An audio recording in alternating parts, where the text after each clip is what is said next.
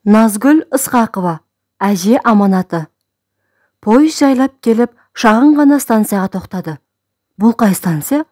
Қанша минут тоқтайды екен? Дескен жолаушылар вагон есігінен секіріп түсіп жатты. Қымызыңыз қанша тұрады? Жұмыртқаңыз піскен бе, шейкі ме? Деп, жерге түскенде тамақ алумен болып жатқанда, менің көзім вагон алдында ентелеп кіргелі тұрған 2-3 адамға түсті.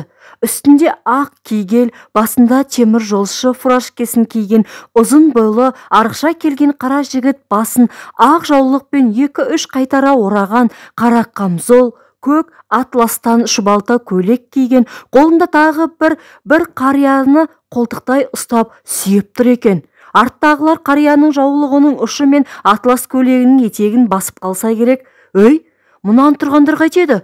Жаулығымды басып, жіберіңдер, әй, жібер, деп қария ала көзімен артына қарады. Апа, тұра тұрыңыз, мені қазір, деп вагонға міне алмай жатқан қарияны көтеріп ішке кірді әлгі жігіт. Пойыз қозғалып алға жылжыды. Жаңағы қария мен жігіт мен отырған купеге жайғасыпты. Ентігіп, деп қария демін 2 иығына алып, маңдай терін жаулығының ұшымен сүрте беріп, «Қарағым, сенің орның ба? Біз көп алысқа бармаймыз, біраздан соң түсеміз ғой», деп орнан бір қомданып қойды. «Әже, қозғалмаңыз», дедім де оң жағынан кеп қыстырылып отыра кеттім. Өзіміздің бала екенсің ғой, қайда барасың, жүріңді айтшы, менде шешеңде бар шығар-ау? Әрине, дәл сіздей ақ шешем болмаған, мен қара шешем бар, бірақ жұрттың ақ шешесіне бермеймін. Деп едім, қария атлас көйлегін желпіп, ішек-сілесі қатқанша күлді. «Қарағым-ау, дұрыс айтасың-ау, атың кім өзі?» «Атым Сабира». Жақсы екен, қайда барасың?» «Ақсуаттың бір фирмасында тұратын атамыз бар еді, сол кісілердікіне бара жатырмын». «Алла, белім, қара саным да», деп 2 қолымен тізесін ұстай алды қария. Анадай отырған әлгі жігіт, «Апа, жатып демалсаңызшы», деп дегбірлене кеп асты үстіне түсіп, қол чемоданнан жұқа одеялды алып жайып, басына костюмін салып, қарияның аяғын шешіп жатқыза бастады. Осы бел мен 2 аяғы құрғырдан көрмегенім-ай, отырсам тұра алмаймын, тұрсам отыра алмаймын. Енді біз күннен күнге жасарады дейсіңдер ме? Қайта төрімізден көріміз жуық қой шырақтарым. Сайлаубай, басымды биіктей өте көр, мұна қызымен әңгімелесе жатайын, деп бір жамбастап жантая түсті. «Әже, мұна кісі балаңыз ба?» «Иә, қарағым, осы менің ең кенжем, бұдан үлкен 2 қызым бар. Олар әлгі өзіңнің Алматыда институт бе еді, тілі құрғырда келмейді, сонда оқуда. Мына балам өз қолымда, осы станцияда жұмыста.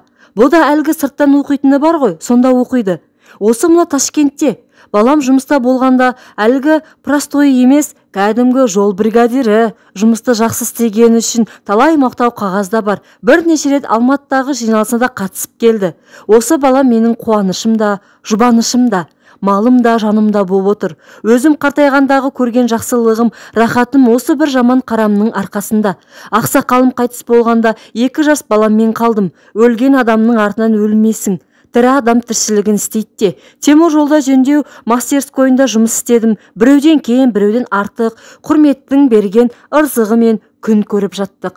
Жанында жаңадан қосылған жас жұбайлар тұратын. Ажалға дауа бар ма? Артында үлбіреген жас келіншегі мен 1 жасар баласы қалды. Жаным ашып, әлгі келіншекке теңің табылса тұрмысқа шығып кет, балаға қарама, алаңдама. Басың жас, баланы тауып аласың. Тағдырдың жазуы осылай болған шығар. Мына баланы маған бер, деп 2 жасар баланы алып қалдым да бауырыма салып, ертең қыз төркінде отырғанша, жаманда болса ұл босағасында отыр демей ме қазақ? Өз шалымның атына аударып алдым. 2 қызым орталарына алып, 3-еуі егіз қозыдай болып өсті. Сол бала осы Сайлаубек еді. Құдайдан жасырмағанды адамнан жасырайын ба? Тәтті дәмдіні ана 2 қыздан көрі осының аузына тосып өсірдім. Қазақ айтпай ма? Ұл берсе де, қыз берсе де адалынан берсін. Мұратқа туған жеткізе ме, тумаған жеткізе ме деп. Сол айна қатесі жоқ, рас екен. 2 қыздан әлі күнге дейін рахатым жоқ көрген. Іштен шыққан шұбар жылан ғой, тек тірі болсын, бар болсын. Апам жалғыз қалады, мен апамды тастамаймын, әуелі жұмыс істеймін деп станция начальнигіне өзі барып жұмысқа түсті Сайлаубек.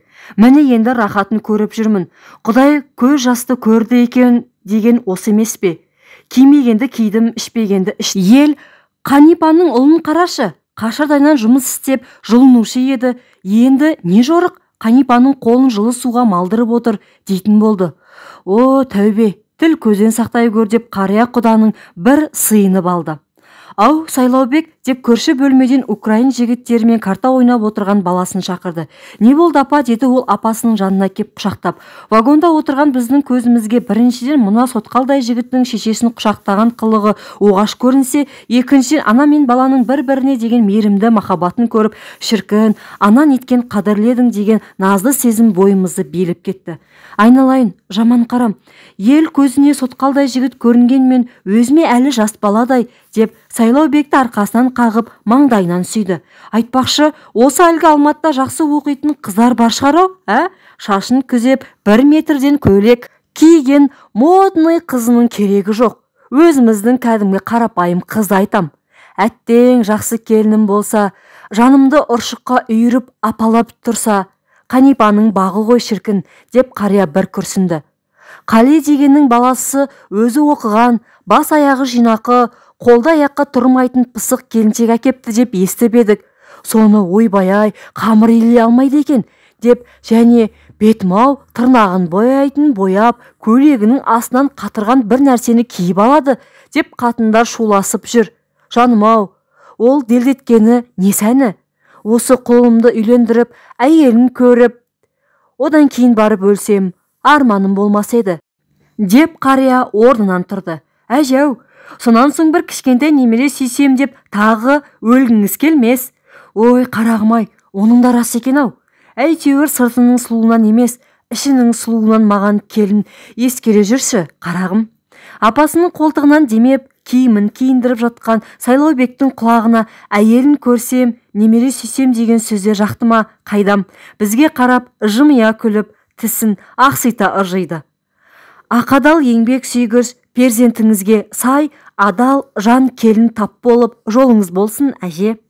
Рахмет шақтарым, айтқандарың келсін, деп ана мен бала түсіп кете барды. Ана қадырын бағалай білген осынау жас жігітке тек анасы ғана емес, біз де риза болдық. Қыз көрсем, әже аманаты көкейме сақ ете қалады. Ескере жүрші, қарағым.